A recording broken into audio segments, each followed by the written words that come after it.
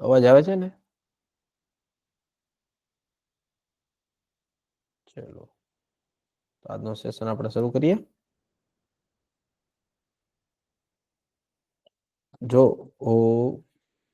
આપણે લાસ્ટ લેક્ચરની અંદર વાત કરી હતી ને, બરાબર? એમાં આપણે પ્રથમ ક્રમ, શૂન્ય ક્રમ, પછી એના સૂત્ર તાર્યા હતા, પછી એના થોડા દાખલા બી ગણ્યા હતા ને.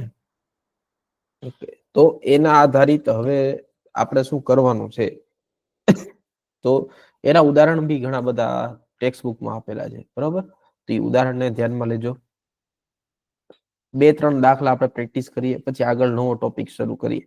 પેલા થોડી તમે પ્રેક્ટિસ કરી લો, એક બે, કે તમે લાસ્ટ લેક્ચરની અંદર જે બી સમજ્યા, બરાબર, એની અંદરથી દાખલા કેવા પ્રકારના પૂછાય નીટ અને જેઈમાં.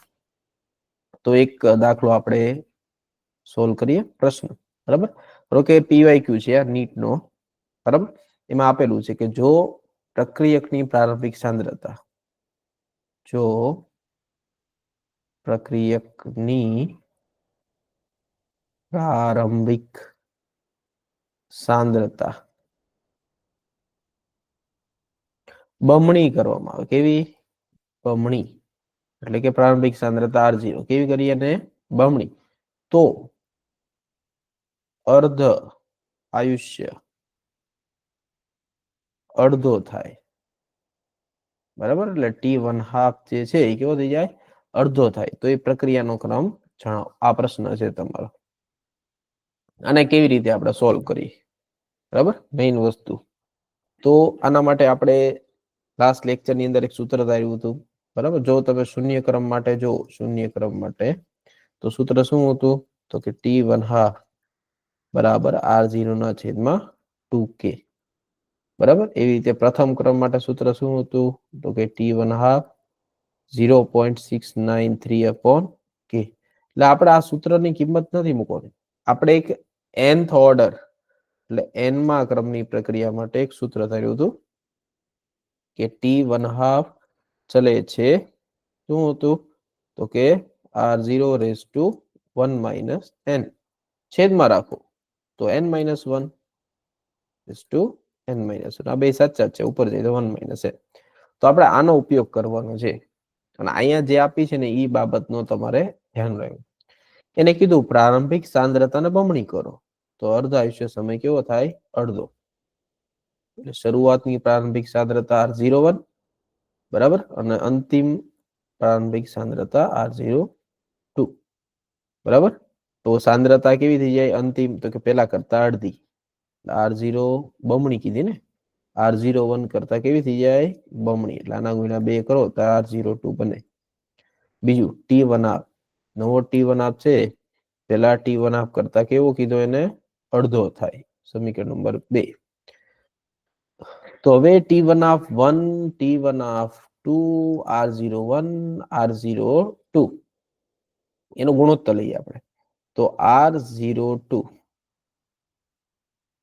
બરાબર છેદમાં R01 બરાબર શું મળે? 2. એવી રીતે T½ છેદમાં T½ બરાબર 1/2 ઊંધું T½ છેદમાં T½ તો મળશે 2, બરાબર? આનું ઉલટાવી દીધું મેં. હવે આનો ઉપયોગ કરવાનો છે આપણે સૂત્રમાં.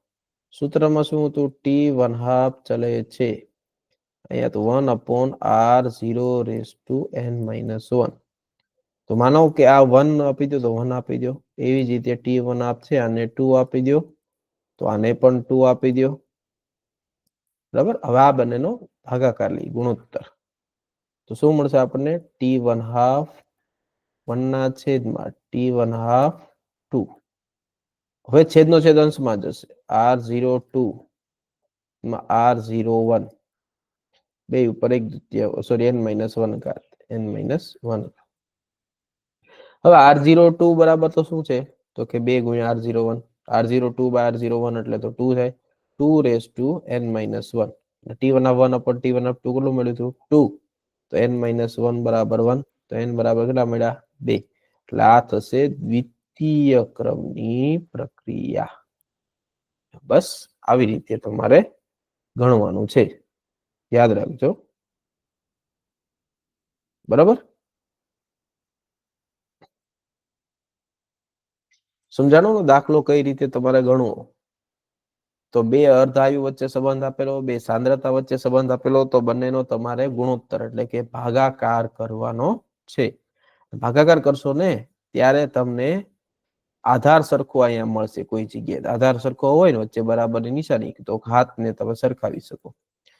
તો અને n બરાબર 1 તો નહીં જ આવે, કારણ કે n બરાબર 1 મૂકો તો પ્રથમ ક્રમ તો કેવો હતો? સ્વતંત્ર, બરાબર. તો એ તો હોય જ ગયો, તો ઓપ્શન તો આમનો જ કપાઈ ગયો.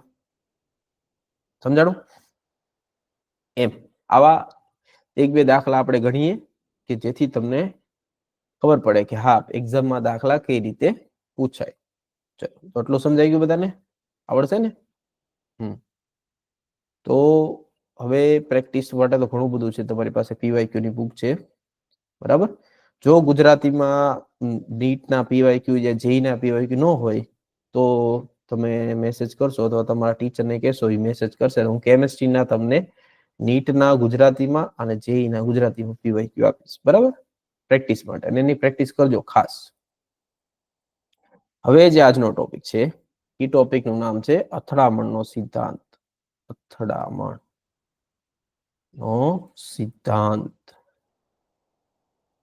અથવા અથડામણનું બીજું નામ છે સંઘાત. સંઘાતનો સિદ્ધાંત. સંઘાત એટલે થાય અથડામણ. સામાન્ય રીતે અથડામણના સિદ્ધાંતમાં છે ને મુખ્ય બાબતો છે. કઈ કઈ બાબતો છે, કોના ઉપર આ સિદ્ધાંત કાર્ય કરે છે, બરાબર, એ બધી વસ્તુ આપણે જોવાની છે. તો આ સિદ્ધાંતમાં આપણે પેલા તો વાયુ સ્વરૂપના અણુ લેવામાં આવ્યા છે.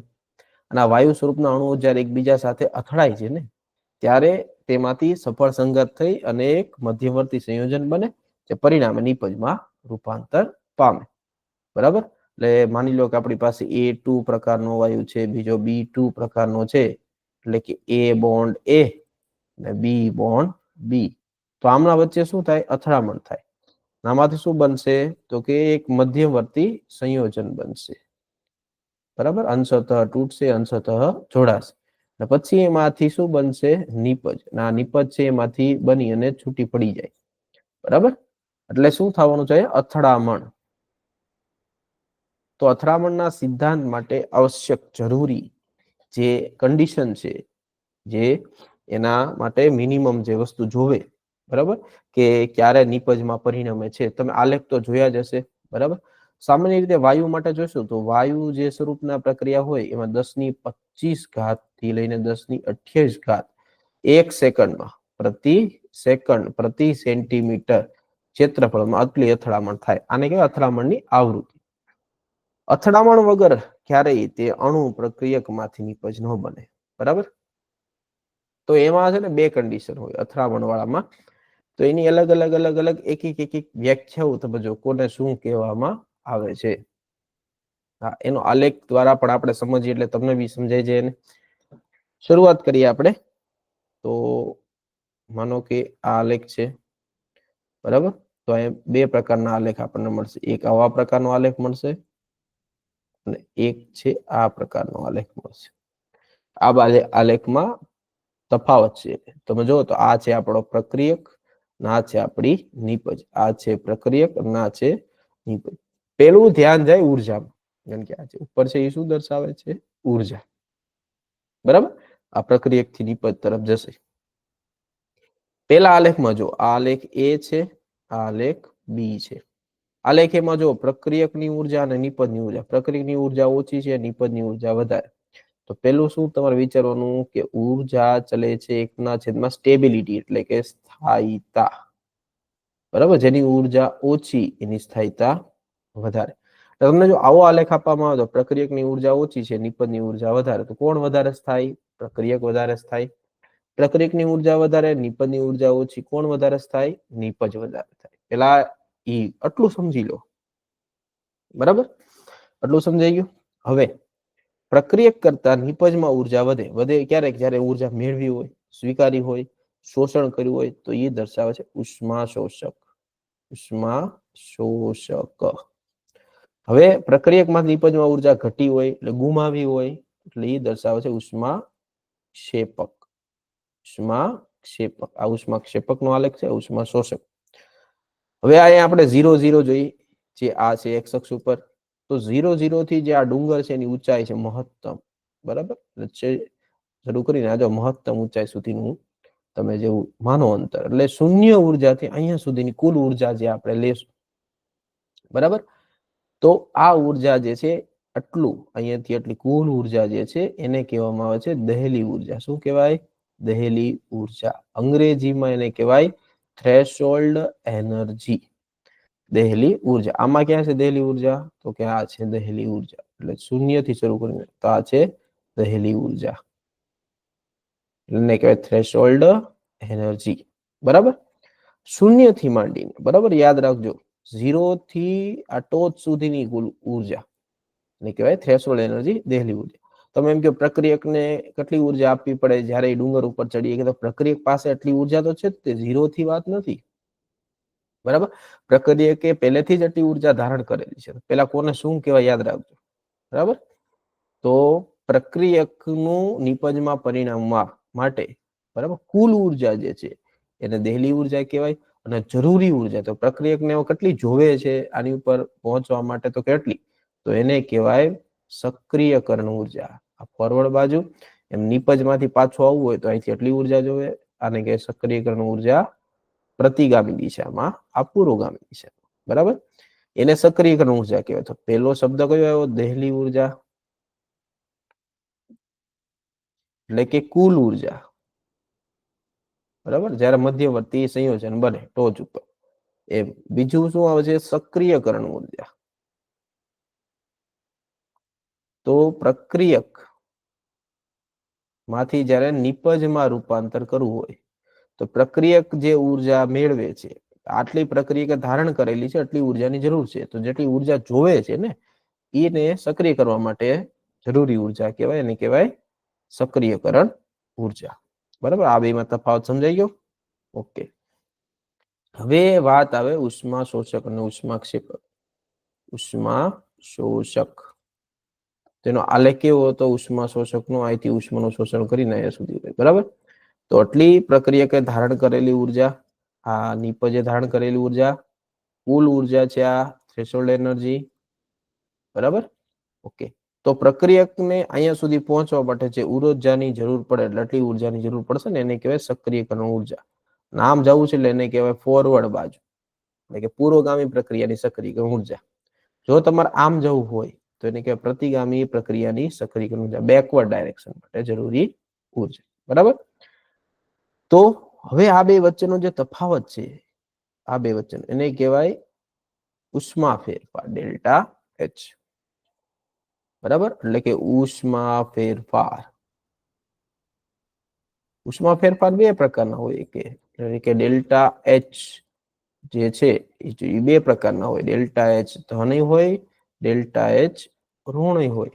ડેલ્ટા એચ ધન એટલે ઉષ્મા શોષાય, એટલે કે ઉષ્મા શોષક. ડેલ્ટા એચ ઋણ એટલે ઉષ્મા ગુમાવે, એટલે કે ઉષ્મા ક્ષેપક, બરાબર. યાદ રાખજો. તો અહીંયા તમે જો પ્રક્રિયકમાંથી નિપજ જ્યારે બને છે તો એ નિપજની અને પ્રક્રિયકમાં બાદબાકી કરશો એટલે સૂત્ર આવું આવશે. ડેલ્ટા એચ નું સૂત્ર થશે ઈ એ ફોરવર્ડ, ઈ એ બેકવર્ડ, બરાબર. હવે તમે જોશો ફોરવર્ડ માટે આટલું અંતર છે, બેકવર્ડ માટે આટલું છે, તો સ્વાભાવિક વસ્તુ છે ફોરવર્ડ નું મૂલ્ય વધારે છે બેકવર્ડ કરતા, તો જવાબ આવશે ધન. તો આ દર્શાવે છે ઉષ્મા શોષક, બરાબર. હવે ડેલ્ટા એચ માં તમે ઈ એ ફોરવર્ડ, હવે આમાં કન્ડિશન શું છે? તો કે ઈ એ ફોરવર્ડ નું મૂલ્ય ઈ એ બેકવર્ડ કરતા વધારે છે, એટલા માટે ધન મળ્યું. ઈ એ ફોરવર્ડ માઇનસ ઈ એ બેકવર્ડ કરીએ, અને જો બેકવર્ડ એટલે કે પ્રતિગામી નું મૂલ્ય ઈ એ ફોરવર્ડ એટલે પુરોગામી કરતા વધારે હોય તો અહીંયા આન્સર મળે તમને ઋણ, એટલે કે ઉષ્મા ક્ષેપક. એટલું સમજાઈ ગયું? ઓકે. તો સૂત્ર સમજાઈ ગયું તમને? ઉષ્મા શોષક કોને કહેવાય, ઉષ્મા ક્ષેપક કોને કહેવાય, બરાબર. થ્રેશોલ્ડ એનર્જી કોને કહેવાય, બરાબર. સૂત્ર છે આની ઉપરથી આપણે દાખલા ગણી શકીએ, આની ઉપરથી દાખલા કઈ રીતે પૂછી શકે. બરાબર. એક દાખલો તમને એક બે ઉદાહરણ સાથે સમજાવી. ચલો એક પ્રશ્ન છે, લખો બધા. પ્રક્રિયા એ થી બી આપેલી છે, બરાબર. અને આ પ્રક્રિયા માટે તમને ઈએ ફોરવર્ડ નું મૂલ્ય આપેલું છે 80 કિલો જૂલ પ્રતિ મોલ, બરાબર. અને એની સાથે તમને ડેલ્ટા એચ આપેલી છે, એ 20 કિલો જૂલ પ્રતિ મોલ આપેલું, આ પ્લસ આપેલું છે, બરાબર. તો પ્રશ્ન છે ઈ એ બેકવર્ડ પ્રતિગામી માટે મૂલ્ય જણાવો, અથવા એમ કીધું છે બી થી એ તરફ જવા માટે સક્રિયકરણ ઉર્જા જણાવો, બરાબર. તો આ દાખલો આપણે ગણીએ. તો સૌ પ્રથમ પેલા તો તમારે પ્રશ્ન સામે જોવું એટલે પ્રક્રિયા તમને સમજાય કે પૂર્વગામી છે પ્રતિગામી. ડેલ્ટા એચ કેવો આપ્યો, ધન, એનો મતલબ શું થાય, ઉષ્મા શોષક, બરાબર. તો એનો આલેખ પેલા દોરવાનો, ઉષ્માનું શોષણ કરીને અહીંયા સુધી પહોંચવું, બરાબર. તો ઈ એ ફોરવર્ડ, માનો કે થ્રેશોલ્ડ એનર્જી છે, તો આટલી ઉર્જા જે છે એને આપણે આપવી પડી. આ કેટલી આપી છે, 80. અને આ છે નિપજ, આ છે પ્રક્રિયા. તો આટલી ઉર્જા છે એ આપણે મેળવવાની છે. ઈ એ બેકવર્ડ, ઈ એ ફોરવર્ડ તો આપણને આપેલી જ છે. હા, આ બે વચ્ચેનો તફાવત એટલે ડેલ્ટા એચ નું મૂલ્ય આપણને કેટલું આપ્યું છે, 20 ડેલ્ટા એચ. સિમ્પલ આપણું જે સૂત્ર છે એમાં કિંમત મૂકો અથવા તમે ગણિત લગાડો. તો આ બાજુ કુલ જે ઊંચાઈ છે આ બાજુના સરવાળા જેટલી હોય તોય ચાલે. તો આપણું સૂત્ર છે તે ડેલ્ટા એચ ઈ એ ફોરવર્ડ માઇનસ ઈ એ બેકવર્ડ. ચલો ડેલ્ટા એચ કેટલી આપી, 20. ઈ એ ફોરવર્ડ કેટલું આપ્યું, 80. બેકવર્ડ તો આપણે જોવે છે, બરાબર. તો આને કરતા બનાવીએ તો ઈ એ બેકવર્ડ બરાબર 80, આ બાજુ આવશે તો -20 પ્લસ હશે 60 કિલો જૂલ પ્રતિ મોલ. થઈ ગયા દાખલા. તો આવી રીતે તમારે દાખલો ગણવાનો હોય. સૌ પ્રથમ દાખલામાં સમજો શું આપેલું છે, કઈ પ્રક્રિયા છે, ઉષ્મા શોષક છે કે ક્ષેપક છે, પછી એનો આલેખ દોરો. આલેખમાં જે આપેલું એ દર્શાવો, જે બાકી છે ગોતવાનું ત્યાં પ્રશ્ન ચિહ્ન એટલે સમજાય જાય કે આપણે આ ગોતવાનું છે. પછી તમારું સૂત્ર મૂકવું. કદાચ સૂત્ર ભૂલાઈ જાય તો આકૃતિ ઉપરથી તમને ખબર પડી જાય કે હા આ દાખલો છે, આવી રીતે ગણાય, બરાબર. ચલો હજી એક દાખલાની પ્રેક્ટિસ કરીએ આપણે. માનો કે તમને પ્રક્રિયા આપવામાં આવે એ પ્લસ બી, બરાબર. એમાંથી નિપજ બને સી વત્તા ડી. હવે તમને કીધું છે આ પ્રક્રિયા માટેને પુરોગામી સક્રિયકરણ ઉર્જા આપેલી છે 32 કિલો જૂલ પ્રતિ મોલ, 32 કિલો જૂલ પ્રતિ મોલ પ્લસ આપેલી છે સક્રિયકરણ ઉર્જા, બરાબર. અને બેકવર્ડ માટે આપી છે પાછી, તો ઈ આપેલી છે તમને 58 કિલો જૂલ પ્રતિ મોલ. હવે પ્રશ્ન એ છે કે પ્રક્રિયા છે ઉષ્મા શોષક છે કે ક્ષેપક છે, જે પણ હોય ઉષ્મા ફેરફાર જણાવો. તો તમે આકૃતિમાં દર્શાવો. એ પેલા તમે જોઈ લો, ફોરવર્ડ 32 આપી છે, બેકવર્ડ કેટલી આપી 58. તો આ છે એ ખાલી 32 જ ઉપર જશે, પણ નીચે કેટલો આવશે 58 જેટલો. એટલે આટલી ઉપર જશે એ 32 હશે, ઈ એ ફોરવર્ડ. પણ અહીંયાથી આ નીચે કેટલો આવશે તો કે ઈ એ બેકવર્ડ બરાબર 58 જેટલો, બરાબર. એનો મતલબ કે આ પ્રક્રિયક છે, આ નિપજ છે, પ્રક્રિયક કરતા નિપજ વધારે નીચે આવશે, તો આ દર્શાવશે ઉષ્મા ક્ષેપક. શું દર્શાવશે, ઉષ્મા ક્ષેપક. તો ડેલ્ટા એચ નું મૂલ્ય કેવું મળશે આપણને, નેગેટિવ એટલે કે ઋણ મળશે, બરાબર. ઓકે. તો ડેલ્ટા એચ નું મૂલ્ય ઋણ મળશે. કેટલું મળશે એ આપણે આમાંથી મેળવીશું. ડેલ્ટા એચ નું મૂલ્ય મેળવી તો ડેલ્ટા એચ બરાબર ઈ એ ફોરવર્ડ માઇનસ ઈ એ બેકવર્ડ. કિંમત મૂકીએ આપણે. ઈ એ ફોરવર્ડ કેટલું છે, 32 માઇનસ 58. બરોબર. બાદ બાકી કેટલા થશે, 18 ને 8 26, એટલે આન્સર આવશે -26 કિલો જૂલ પર મોલ. માઇનસ એટલા માટે કારણ કે ઉષ્મા ક્ષેપક છે, બરાબર. એટલે હવે તમને સમજાઈ ગયું ને કે આમાંથી કેવા પ્રકારના દાખલા કે પ્રશ્ન પૂછાય, બરાબર. સમજાઈ ગયું. તમારો આન્સર આવવો જોઈએ -26 કિલો જૂલ પ્રતિ મોલ. ક્લિયર બધા માટે? ચલો ઓકે. તો અહીંયા આપણે જે દર્શાવી છે એના નામ બધાને ખબર હોવા જોઈએ. મેં આવી રીતે અહીંયા દર્શાવ્યું હતું, એના નામ શું હતા?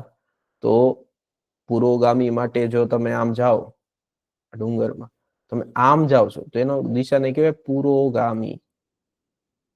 બરાબર, તમે આમ જાવ એ દિશાને કહેવાય પ્રતિગામી.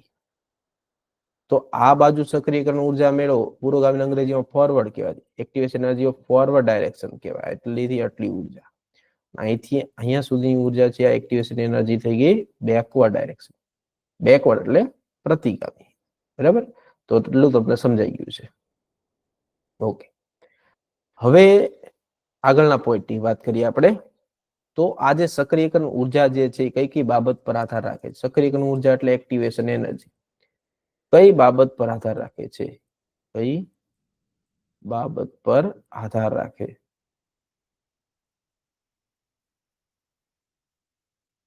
કઈ કઈ બાબતો ઉપર આ સક્રિયકરણ ઉર્જા આધાર રાખે છે? તો સૌ પ્રથમ આવે છે એ છે પ્રક્રિયક. પ્રક્રિયક નો સ્વભાવ. એટલે કે જો તમે પ્રક્રિયક બદલી નાખો તો સક્રિયકરણ ઉર્જા બદલાઈ જાય. ઉદાહરણ તરીકે તમારી પાસે પ્રક્રિયક છે પેલા A2 પ્રકારનો, બીજો પ્રક્રિયક છે B2 પ્રકારનો. માનો કે A2 છે એ ટ્રિપલ બોન્ડ A દ્વારા બન્યો હોય, B2 માત્ર સિંગલ બોન્ડ થી બન્યો હોય. તો આ બંધ કેવો કહેવાય? તો કે પ્રબળ કહેવાય. એકલ બંધ કેવો હોય? માની લો કે નિર્બળ હોય. તો આમાં કેવી ઉર્જા આપવી પડે? તો કે વધારે ઉર્જા આપવી પડે. આમાં એની સાપેક્ષે ઓછી ઉર્જા આપવી પડે. તો આની સક્રિયકરણ ઉર્જા વધારે, આની સક્રિયકરણ ઉર્જા ઓછી. એટલે જેમ જેમ પ્રક્રિયક બદલાય એમ બધાની અંદર પ્રબળતા અલગ અલગ હોય. બંધ વિયોજન ઉર્જા ઉપર આધાર રાખે. બંધ વિયોજન એટલે કે બોન્ડ ડિસોસિએશન એનર્જી બધાની કેવી હોય? અલગ અલગ હોય. જેમ પ્રક્રિયક બદલાય એની સક્રિયકરણ ઉર્જા પણ બદલાય. આ પહેલો સ્વભાવ. બીજું કઈ બાબત ઉપર આધાર રાખે છે? તો કે ઉદ્દીપક. ઉદ્દીપકની હાજરી. ઉદ્દીપક પ્રક્રિયામાં ભાગ લેતો નથી, પરંતુ તેમાં રહેલ પ્રક્રિયાનો વેગ વધારે. એટલે પ્રક્રિયકની સક્રિયકરણ ઉર્જા ઘટાડે. આ ખાસ એનું કામ શું છે? પ્રક્રિયકની સક્રિયકરણ ઉર્જા બદલવી.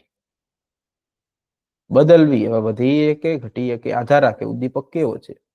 તો કે ધન ઉદ્દીપક છે કે ઋણ ઉદ્દીપક છે? ધન ઉદ્દીપક કે ઋણ ઉદ્દીપક? સામાન્ય રીતે આપણે ધન ઉદ્દીપક લેતા હોય. ધન ઉદ્દીપક નું કાર્ય શું છે? પોઝિટિવ કેટલિસ્ટ નું. તો એ શું કરે? તો કે પ્રક્રિયકની સક્રિયકરણ ઉર્જા એ ઘટાડે. શું કરે? સક્રિયકરણ ઉર્જા ઘટાડે. ઋણ ઉદ્દીપક નું કાર્ય શું છે? તો કે સક્રિયકરણ ઉર્જા વધારે. સક્રિયકરણ ઉર્જા વધે કે ઘટે એનાથી પ્રક્રિયાનો શું ફેર પડે? ઘણો બધો ફેર પડે. માનો કે એક પ્રક્રિયા છે, બરાબર ને, સક્રિયકરણ ઉર્જા ખૂબ વધારે દીધી એટલે કે આ ડુંગર કેવો થઈ ગયો? મોટો. જેટલી વધારે સક્રિયકરણ ઉર્જા એટલી વધારે તમારે એને એક્ટિવ સક્રિય કરવા માટે વધારે ઉર્જા આપવી પડે. એટલી પ્રક્રિયા ધીમી.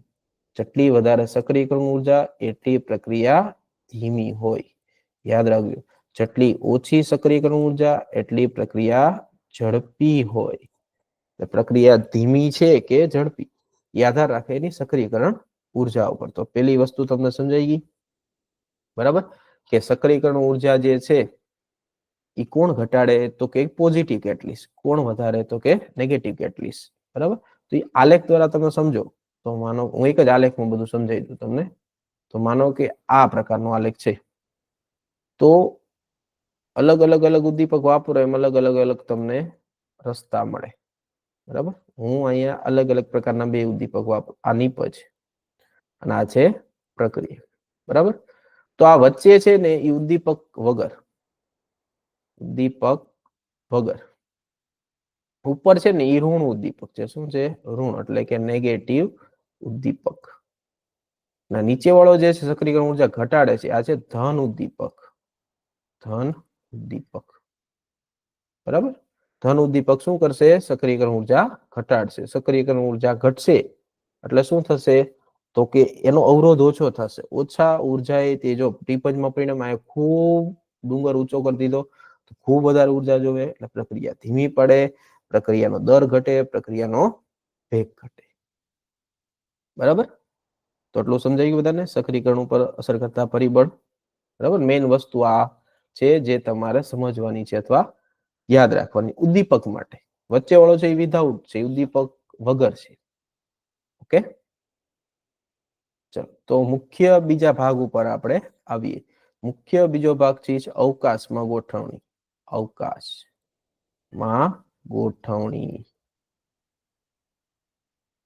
અવકાશમાં ગોઠવણી અંગ્રેજીમાં કે ઓરિએન્ટેશન ઇન સ્પેસ, અને શુદ્ધ ગુજરાતી એનસીઆરટી ભાષામાં એને કહેવાય દિક વિન્યાસ. દિક વિન્યાસ આ તમારો ઓર્ગેનિકમાં પણ આવે. બરાબર, તો બધાની એક મર્યાદા હોય. જેમ કે આ નિયમ છે એની મર્યાદા હોય એ તમને હમણાં હું જણાવું. પેલા આ દિક વિન્યાસ કહી દઉં. દિક વિન્યાસ એટલે શું? બરાબર, તો એક વાત આપણે કરી હતી કે મિનિમમ ઓછામાં ઓછી ગતિ ઉર્જા દ્વારા અણુઓ અથડામણ થવી જોઈએ. બરાબર, તો માનો કે આપણી પાસે અણુ છે A2 પ્રકારનો, બીજો પ્રક્રિયક છે B2 પ્રકારનો, નિપજ બનશે આપણી 2AB પ્રકાર. તો અથડામણ થાય, નિપજ બને જેવું શક્ય નથી. એનો દિક વિન્યાસ કેવો હોવો જોઈએ? યોગ્ય હોવો જોઈએ. યોગ્ય કોને કહેવાય? તમારી પાસે A2 પ્રકારનો અણુ છે, તમારી પાસે B2 પ્રકારનો અણુ છે, તો આ બે યોગ્ય એટલે કે હેડ ઓન કોલ્યુઝન થવા જોઈએ. બરાબર, આવી રીતે સફળ સંઘાત પામશે તો અહીંયા પેલા મધ્યવર્તી સંયોજન બનશે. બરાબર, પછી અંશતઃ તૂટશે અને આમાંથી AB એવી રીતે નિપજ છૂટી પડશે. એટલે આને કહેવાય યોગ્ય દિશામાં સંઘાત. તો એને કહેવાય સફળ સંઘાત. સફળ સંઘાત. માનો કે આની જગ્યાએ હું A અને B નું અથડામણ આવી રીતે કરાવું. AB આ દિશામાં જાય, એવી રીતે B2 આ દિશામાં જાય, તો શું થાય કે સાઈડ માંથી જોડાવે, સાઈડ વાઇઝ ઓવરલેપિંગ થાય. B હવે આમ જશે, આમ જશે, એટલે કોઈ પણ તમને નિપજ મળશે નહીં. નિપજ મળશે નહીં. અહીંયા નિપજ મળી. બરાબર, યોગ્ય દિશામાં જો અથડામણ પામશે તો જ તમને નિપજ મળશે, બાકી નિપજ મળવાની નથી. અને જો તમને યાદ હોય તો તમે ઓર્ગેનિકમાં આનું એક ઉદાહરણ ભણી. બરાબર, એમાં તમારી પાસે શું આવતું? તો કે CH3Cl. આ તો હેલો આલ્કેન. આની ઉપર એક કેન્દ્રાનુરાગી પ્રક્રિયક એટલે OH માઇનસ. આ થઈ ગયો આપણો ન્યુક્લિયોફાઇલ, કેન્દ્રાનુરાગી પ્રક્રિયા. આ બે રીતે એટેક કરીએ કે આ બાજુથી એટેક કરીએ કે. હવે ઈ જ ફરીવાર બીજો દિક વિન્યાસ લઉં. હવે આ વખતે OH માઇનસ જે ન્યુક્લિયોફાઇલ છે એનો એટેક હું પાછળથી કરાવું. બરાબર, જો આ બાજુથી એટેક કરશે તો આ પોતે કેવો છે? નેગેટિવ, આઈ નેગેટિવ. તો આમના વચ્ચે શું થાય? અપાકર્ષણ. અપાકર્ષણ એટલે કે આમાં તમને કોઈ પ્રકારની નિપજ મળશે નહીં. પણ જ્યારે આ વિરુદ્ધ બાજુથી એના ઉપર આક્રમણ કરે તો OH આ બાજુથી જોડાશે, એક મધ્યવર્તી સંયોજન બનશે. અંશતઃ આ દૂર થતો સમૂહ છે. બરાબર, દૂર થતો એટલે એને કે અવશિષ્ટ ગ્રુપ. જો શુદ્ધ ગુજરાતી એનસીઆરટી યાદ રાખજો, આને કહેવાય અવશિષ્ટ સમૂહ. બરાબર, દૂર થાય. નાના અપાકર્ષણ લીધે આ જે છે એનો દિક વિન્યાસ આ બાજુ આવી જશે, CH3OH. તો નિપજ તમને મળશે. એટલે આ યોગ્ય દિક વિન્યાસમાં અથડામણ થઈ કહેવાય. બરાબર, તમે જોયું હશે SN2 મિકેનિઝમમાં. બરાબર, દિક વિન્યાસ યોગ્ય હશે તો જ અથડામણ થઈ નિપજ મળશે. બાકી ઉપર એ જ વસ્તુ હતી, પણ શું થયું? અપાકર્ષણ થયું, અથડામણ યોગ્ય દિશામાં ન થઈ, એટલે આપણને નિપજ મળી નહીં. જ્યારે બીજી પ્રક્રિયામાં જોશો તો આ યોગ્ય દિશામાં અથડામણ થઈ, મધ્યવર્તી સંયોજન બન્યું, એટલે આપણને નિપજ મળી. ઓકે, ચલો તો સમજાઈ ગયું બધાને દિક વિન્યાસ કોને કહેવાય. હવે વાત કરીએ કે આજે આપણે અથડામણનો સિદ્ધાંત લીધો, એની મર્યાદા શું છે? તો કઈ કઈ કન્ડિશન છે? પહેલી કન્ડિશન માત્ર કોના માટે વાયુ લાગુ પડે? તો કે વાયુ સ્વરૂપ ના અણુને જ લાગુ પડે. બીજી કન્ડિશન શું છે? તો આ માત્ર ને માત્ર દ્વિ અણુ, બે અણુ વચ્ચે થતા અથડામણને જ લાગુ પડે છે. બે કરતા વધારે અથડામણ પામતા એના માટે આ સિદ્ધાંત લાગુ પડતો નથી. ત્રીજી કન્ડિશન છે કે આમાં જે આપણે અણુ ધાર્યા છે એ અણુ જે છે કેવા છે તો કે નક્કર છે અને વાયુરૂપ છે. નક્કર અને વાયુરૂપ, બરાબર. સખત, નક્કર એટલે કેવા સખત, અને વાયુ સ્વરૂપે એના બંધારણ આપણે ધારેલા છે. આ ત્રણ વસ્તુ આપણે ધારેલી છે ત્યારે જ અથડામણનો સિદ્ધાંત આપણે એની પર લાગુ પાડી શકીએ છીએ. ઓકે, ચલો. તો હવે મગજમાં ઉતરી ગયું તમને બધાને અથડામણનો સિદ્ધાંત કોને કહેવાય? ઓકે, હવે હું તમને સમજાવું છું. ઈ આલેખ સમજાવું, બરાબર, જે બધે એક્ઝામમાં પૂછાય. હા, આલેખ. ઈ પેલા હું તમને એક પ્રશ્ન આપી દઉં, પ્રશ્ન ઉપરથી તમે આન્સર કેવી રીતે તમારે મેળવો. દર વખતે જવાબ સીધો મળી જવો જોઈએ ને, ઘણી વખત કેન્સલ કરવા પડે. ચલો લખો એક પ્રશ્ન, આલેખ વાળો પ્રશ્ન છે, બરાબર. પ્રશ્નમાં તમને કીધું છે ઉષ્માક્ષેપક. ઉષ્માક્ષેપક, આ પેલી હિન્ટ આપી દીધી છે. બીજી હિન્ટ છે 2 તબક્કામાં થાય. 2 તબક્કામાં થાય, આ બીજી હિન્ટ છે, બરાબર. અને તબક્કા આપેલા છે. પહેલો તબક્કો A + B, એમાંથી બને છે X. બીજો તબક્કો X માંથી બને છે AB. ઓકે, પહેલો તબક્કો એને કીધો છે ધીમો તબક્કો. કેવો કીધો છે? ધીમો. બીજો તબક્કો કીધો એને ઝડપી તબક્કો. બીજો તબક્કો કેવો કીધો એને? ઝડપી તબક્કો, બરાબર. ઓકે, આ પ્રશ્ન છે. હવે આના ઉપરથી તમને 4 વિકલ્પ આપ્યા છે. આના માટે કઈ આકૃતિ અથવા કયો આલેખ સાચો છે? તો પહેલો આલેખ જોઈએ આપણે. એને આપેલો છે આ A2, આ B2, એમાંથી નિપજ બને છે AB, બરાબર. અને X છે એ મધ્યવર્તી સંયોજન છે. બીજા ઓપ્શનમાં તમને વિકલ્પ આપેલો છે A2, B2, આમાંથી બને છે AB. સી ઓપ્શનમાં તમને આપેલું છે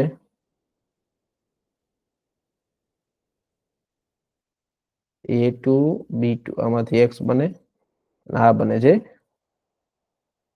છેલ્લામાં તમને આપેલો છે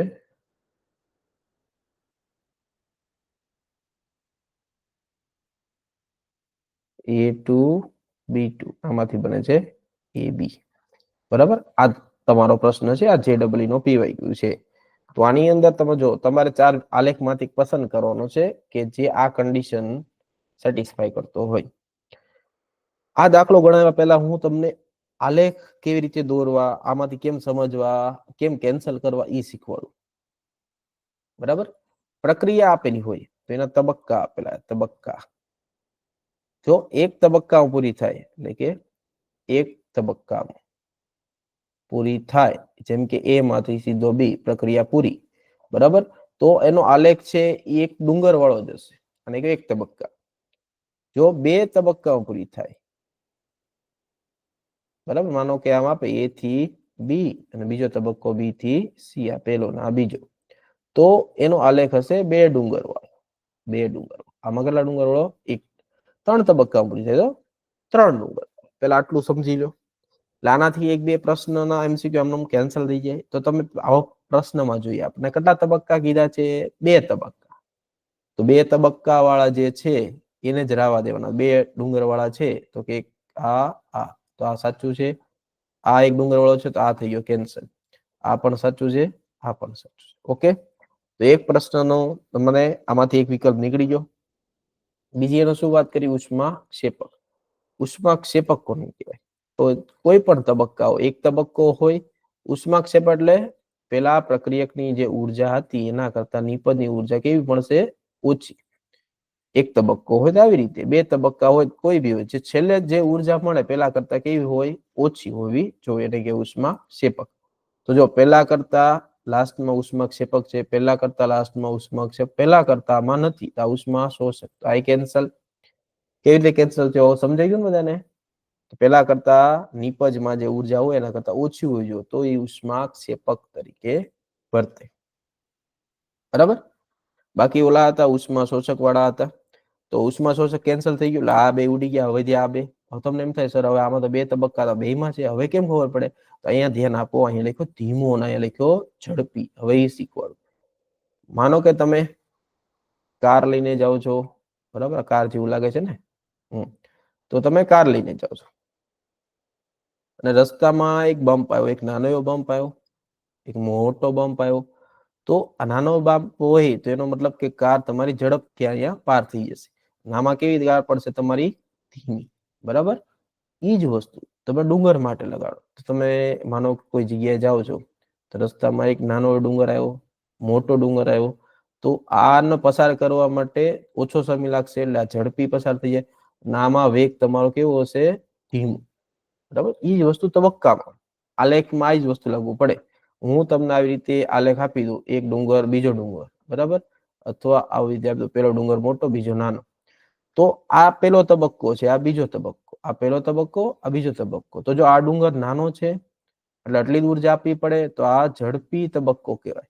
જો આમાં આટલી બધી ઉર્જા આપવી પડે તો આ ધીમો તબક્કો. પેલો કેવો થયો? ઝડપી તબક્કો. બીજો કેવો થયો? ધીમો તબક્કો. સમજો, પેલામાં તમારે આટલી બધી ઉર્જા આપવી પડે, બીજામાં આટલી જ ઉર્જા આપવી પડે. પેલો તબક્કો કેવો થયો? ધીમો, કારણ કે ડુંગર ખૂબ મોટો છે ને. અને બીજો તબક્કો કેવો થયો? આ બીજો તબક્કો, તો એ થયો ઝડપી, કારણ કે ડુંગર નાનો છે. સમજાણું? હવે આનાથી ખબર પડી જાય તમને. હવે આપણને પ્રશ્નમાં જે આપેલા છે, પેલો તબક્કો કેવો આપ્યો છે? ધીમો. એટલે એનો મતલબ કે આપણને જે આલેખ આપ્યો છે એમાં પેલો ડુંગર મોટો હોવો જોઈએ, બીજો ડુંગર નાનો હોવો જોઈએ, ઉષ્માક્ષેપક હોય. સમજાણું? પેલો ધીમો, બીજો ઝડપી, ઉષ્માક્ષેપક. આવો જોઈએ હશે, એ આપણો જવાબ હશે. જો આ પેલો ધીમો છે કે ઝડપી? નહીં, આ નાનો છે ને એટલે આ ઝડપી થયો. આ જો મોટો છે એટલે કેવો થયો? ધીમો. પેલો ઝડપી નથી એટલે આ ખોટું. આમાં જો તો પેલો કેવો થયો? મોટો એટલે ધીમો. બીજો કેવો થયો? નાનો એટલે ઝડપી. અહીંથી જોવાના, તો આ તમારો આન્સર. બરાબર, હવે આન્સર સમજાણો ને? બરાબર. હવે બીજી વાત કરું, આખો એક જર્નલ તમને એક આલેખ સમજાવી દઉં. તબક્કા તો સમજાઈ ગયા બધાને? માનો કે તમને આવી રીતે આમ આપે, આમ આપે, તો સમજાઈ ગયું ને તમને કે આ છે પેલો તબક્કો, આ છે બીજો તબક્કો, આ છે ત્રીજો તબક્કો. બરાબર, તો આ માનો કે પ્રક્રિયા કે છે, એમાંથી નિપજ બને છે ડી. કેટલા તબક્કામાં થાય? 3. પેલા શું બને? એ માંથી બી, બી માંથી સી, સી માંથી ડી. પ્રક્રિયા એમ લખાય, એ માંથી બી પેલો તબક્કો, બી માંથી સી બીજો તબક્કો, અને સી માંથી ડી નિપજ. બરાબર, તો આ પ્રક્રિયક અને આ નિપજ. તો આ બધું વચ્ચે છે એ શું? તો આ બી અને સી જે બન્યા, વચ્ચે બન્યા, એને કહેવાય મધ્યમવર્તી. મધ્યમવર્તી સંયોજન. બરાબર, એને કહેવાય ઇન્ટરમીડિયેટ, મધ્યમવર્તી. હવે એક બીજો શબ્દ આવે, એને કહેવાય સક્રિયકૃત સંકીર્ણ. આને ઇન્ટરમીડિયેટ કહેવાય. બીજો કહેવાય સક્રિયકૃત સંકીર્ણ. કોને કહેવાય? એક્ટિવેટેડ કોમ્પ્લેક્સ કોને કહેવાય? તો કે જે પહેલો તબક્કો છે ને, એ થી બી, એને ભાગ પડે પેટા. તો એ માંથી પેલા બને એ સ્ટાર, અને આ એ સ્ટાર માંથી બને પાછું બી. એટલે જો એ માંથી બનશે અહીંયા એ સ્ટાર, એ સ્ટાર માંથી બી, બી માંથી બનશે બી સ્ટાર, બી સ્ટાર માંથી સી, સી માંથી બનશે સી સ્ટાર, સી સ્ટાર માંથી ડી. બરાબર, તો એ માંથી એ સ્ટાર એટલે ઉપર જાવ, ઉષ્મા શોષક. એ સ્ટાર માંથી બી એટલે ઉષ્માક્ષેપક. બી માંથી બી સ્ટાર, ઉષ્મા શોષક. બી સ્ટાર માંથી સી એટલે ક્ષેપક.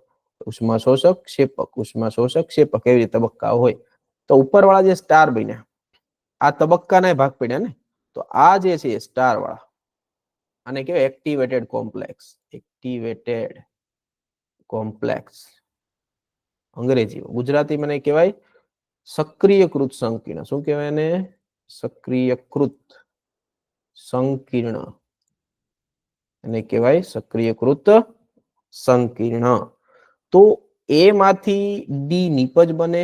આ નીચે નીચેના જે આવે, આમ તમે ઉતરો પાછા ડુંગર, તો એ મધ્યવર્તી સંયોજન કહેવાય. ડુંગરની ટોચ ઉપર જે બને, અને સક્રિયકૃત સંકીર્ણ કહેવાય. બરાબર, એટલું મગજમાં રાખજો. આ જેઈ વાળા માટે ખાસ, એડવાન્સ માટે પણ, નીટ માટે પણ, બોર્ડ માટે બધું લેવલનું નથી આવતું, પણ તમારે સમજવું પડશે, યાદ રાખવું પડશે. ઓકે.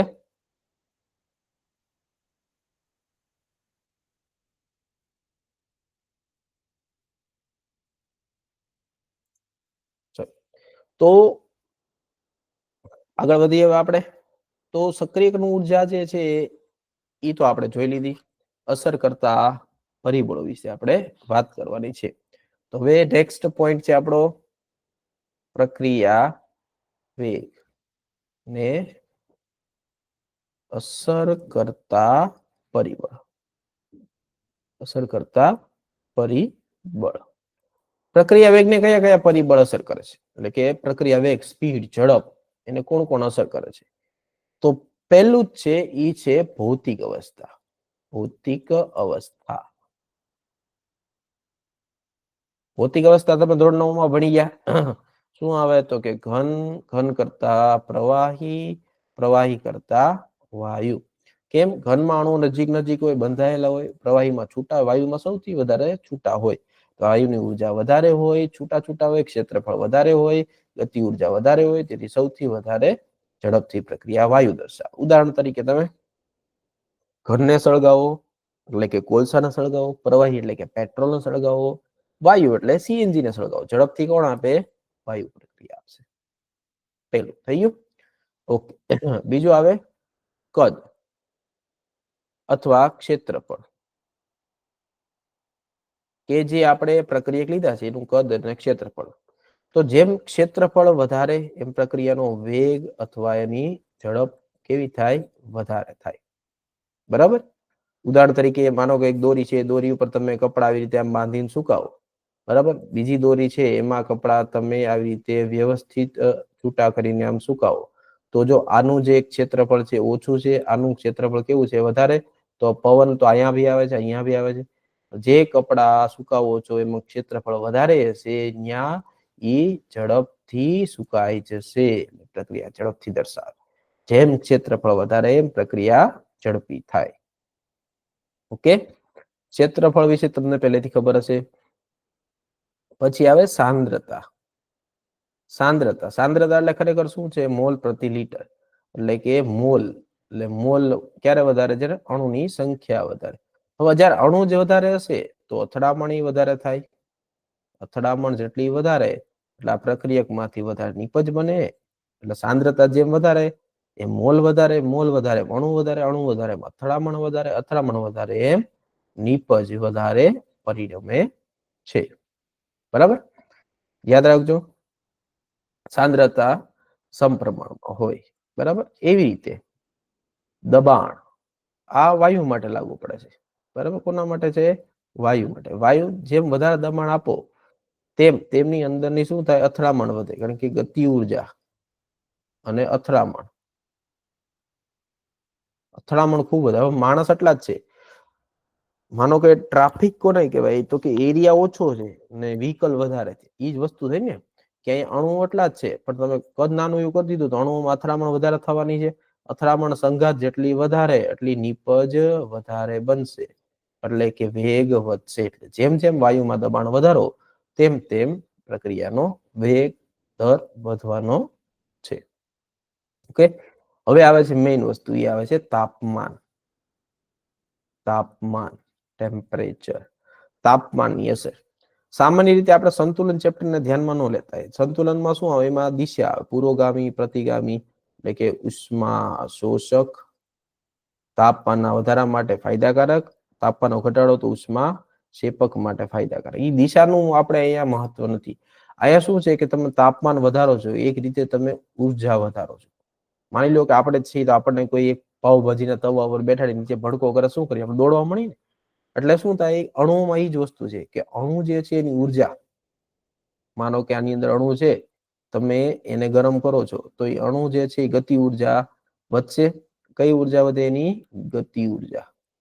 જેમ જેમ એની ગતિ ઉર્જામાં વધારો થાય તેમ તેમ અથડામણ વધે. અથડામણ જેમ જેમ વધે તેમ તેમ વધારે નીપજ બને. અને એમ એનો વેગ અથવા એનો દર વધશે. બરાબર? એટલે અહીં તાપમાનના વધારા સાથે પ્રક્રિયાનો વેગ વધે છે. તો એના માટે એક અચળાંક થાય એટલે કે તાપમાન ગુણાંક અચળાંક. તાપમાન ગુણાંક અચળાંક. એને કહેવાય મ્યુ. તાપમાન ગુણાંક અચળાંક. મ્યુ જે છે, હવે માની લો એક ઉદાહરણ લીધું છે.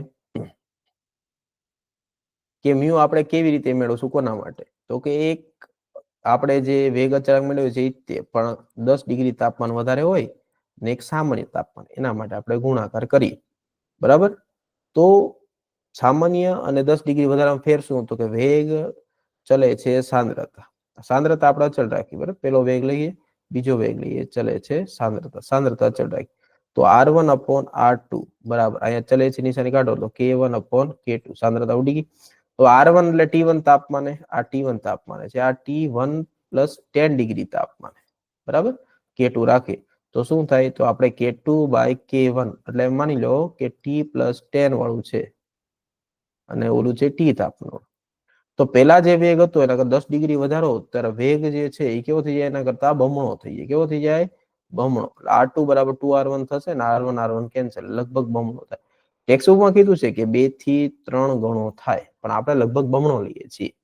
એટલે અહીંયા તાપમાન ગુણાંક છે આપણો K, T પ્લસ 10 ડિગ્રી છેદમાં K જે T તાપમાન. તો ત્યાં આપણને મળશે 2 થી 3 ની વચ્ચે, એટલે આપણે એને 2 લઈએ છીએ. એટલે કે તાપમાન 10 ડિગ્રી જેટલું વધારવામાં આવે તો વેગ કેવો થાય? બમણો થાય. એટલે કે R2 બરાબર 2R1 થાય, અથવા K2 બરાબર 2K1 થાય. વેગ અચળાંક અને વેગ બંને અહીંયા બમણા થાય છે. તાપમાન ઘટાડો, નો ડાઉટ કે તાપમાન છે પેલા T હતું એમાંથી આપણે 10 ડિગ્રી ઘટાડ્યું તો પાછો અડધોય થશે. તાપમાન બમણો થાય ને અડધોય થાય. 10 ડિગ્રી તાપમાન વધારવાથી વેગ અને વેગ અચળાંક બમણો થાય. એ રીતે 10 ડિગ્રી તાપમાન ઘટાડવાથી વેગ અને વેગ અચળાંક કેવો થાય? અડધા થાય. બરાબર? તો આની ઉપરથી આર્હેનિયસ જે છે એને સમીકરણ, ખરેખર આ એક થર્મોડાયનેમિક્સમાં ક્લેસિયસ ક્લેપિરોન ઇક્વેશન, આના ઉપરથી આર્હેનિયસ સમીકરણ આપ્યું. શું છે? તો કે K બરાબર A e raise to minus EA upon RT.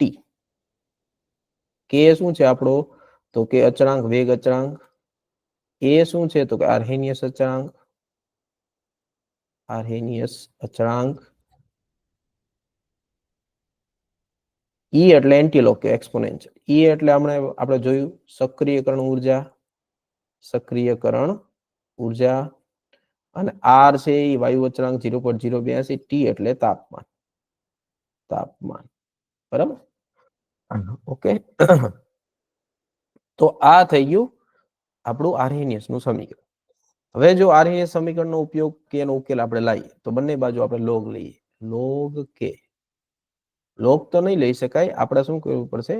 તો બેઝ 10 નહીં લેવી, આપણે નેચરલ લોગ લઈશું. તો ln K, તો અહીંયા આવશે ln A, અહીંયા આવશે minus EA upon RT ln E. ln E એટલે આનો આધાર E અને મૂલ્ય પણ બેઝ અને કોન્સ્ટન્ટ બે એટલે કેન્સલ થઈ ગયું. તો આપણને સમીકરણ મળ્યું ln K ln A minus EA upon RT. બસ. તો આ સૂત્ર જે છે, આ સૂત્ર આપણે લિનિયર એટલે કે રેખીય, રેખાના સમીકરણ સાથે સરખાવીએ તો શું મળશે આપણને? ln K ln A minus EA upon RT. y equal to આવશે mx વત્તા c. y અક્ષ ઉપર કોને લેવાનું છે? તો કે ln K. x અક્ષ ઉપર આવશે 1 upon t માત્ર. તો જો આંતરછેદ છે તો કે હા કેટલો છે? તો કે ln A જેટલો. ઢાળ છે તો કે આ ઋણ છે, એટલે સ્ટ્રેટ લાઈન છે આવડિયા. ઢાળ ઋણ છે, કેટલો છે? Minus E upon R. આ થઈ ગયો ઢાળ. લ્યો, આની પરથી એક આલેખ મળી ગયો તમને. ln એટલે નેચરલ લોગ છે, એની જગ્યાએ લોગ બેઝ 10 માં પણ ફેરવી શકીએ આપણે. એટલે શું થશે આને? તો 2.303 log K, 2.303 log A minus E upon RT. બધાને 2.303 વડે ભાગી તો આ બની જાય લોગ K, આ બની જાય લોગ A માઇનસ E. આ થાય 2.303 RT. આ થાય y mx વત્તા c. બરાબર? આના આલેખ દોરીએ આપણે. તો y અક્ષ ઉપર શું થયું? Log K. અહીંયા શું થયું? આ 1 upon t. પાછો આંતરછેદ લોગ A ઢાળ ઋણ છે માઇનસ એ અપોન 2.303 આર. બરાબર, તો આ મળી ગયો ઢાળ. જો આમાં યાદ રાખજો 2.303 વાળો ઢાળ આવશે, કારણ કે લોગ છે અહીંયા, લોગ. ઓલામાં ln હતું, નેચરલ લોગ હતું ને, આ લોગ બેઝ 10 વાળું છે. ઓકે, તમે બે તાપમાનની સરખામણી પણ કરી શકો. તો આપણી પાસે સૂત્ર કયું હતું? ln k ln a e upon r. હવે આ હું લઈ લઉં T1 તાપમાન, તો વેગ અચળાંક લઈ લો K1. એવી રીતે હું જો T2 તાપમાન લઉં તો બાકી બધું અચળ રહેશે, અહીંયા T2 થઈ જશે. બરાબર, આ સમીકરણ નંબર 2. સમીકરણ નંબર 1, સમીકરણ નંબર 2 ઓછા સમીકરણ નંબર 1 કરું તો ln K2 minus ln K1. બરાબર, તો આ તો બે કેન્સલ થઈ જશે. આ મળશે minus A upon R T2 minus minus plus A upon R T1 થઈ ગયું. તો ln K2 minus ln K1 એટલે શું થાય? log a minus log b, એટલે a અપોન b. આ મળશે ln K2 બાય K1. આ બાજુ શું મળશે આપણને? તો જો e અપોન r કોમન નીકળે તો 1 upon T1 minus 1 upon T2. તો અહીંયા મળશે આપણને e upon r 1 upon T1 minus 1 upon T2. ln કાઢી નાખીએ તો log બાય K1. તો આ 2.303 છેદમાં જશે, e upon 2.303 r 1 upon T1 minus 1 upon T2. જો થઈ ગયું કે જ્યારે T1 તાપમાને વેગ અચળાંક K1 હોય, તો T2 તાપમાને વેગ અચળાંક મેળવવો હોય ત્યારે તમારે સક્રિયકરણ ઉર્જા વાળું આ સૂત્ર મૂકવાનું છે. અને આ સૂત્ર થર્મોડાયનેમિક્સ નું છે. ક્લેસિયસ-ક્લેપિરોન ઇક્વેશન હતું K2 બાય K1, અહીંયા આવે delta H 2.303 r 1 upon T1 minus 1 upon T2. તો આની સાથે સરખાયું હતું. ઉષ્મગતિશાસ્ત્રમાં નીચે વાળું છે થર્મોડાયનેમિક્સ, ઉપર છે આ ચેપ્ટરમાં છે. બરાબર, તો આ છે તમારું આર્હેનિયસ નું ક્લેસિયસ-ક્લેપિરોન ઇક્વેશન, જે T1 તાપમાને K1 અચળાંક આપશે, તો T2 તાપમાને K2 મેળવવાના દાખલા પૂછાય, સક્રિયકરણ ઉર્જા વાળા દાખલા પૂછાય, તો તમારે આ સમીકરણનો ઉપયોગ કરવાનો છે. બરાબર, ઓકે. આઈ હોપ તમને સમીકરણ સમજાણું છે. તો નેક્સ્ટ સેશનની અંદર આપણે આ સમીકરણ જે છે દાખલા શનિવારે જોશું. બરાબર, ઓકે, ચલો તો મળીએ આપણે નેક્સ્ટ સેશનમાં.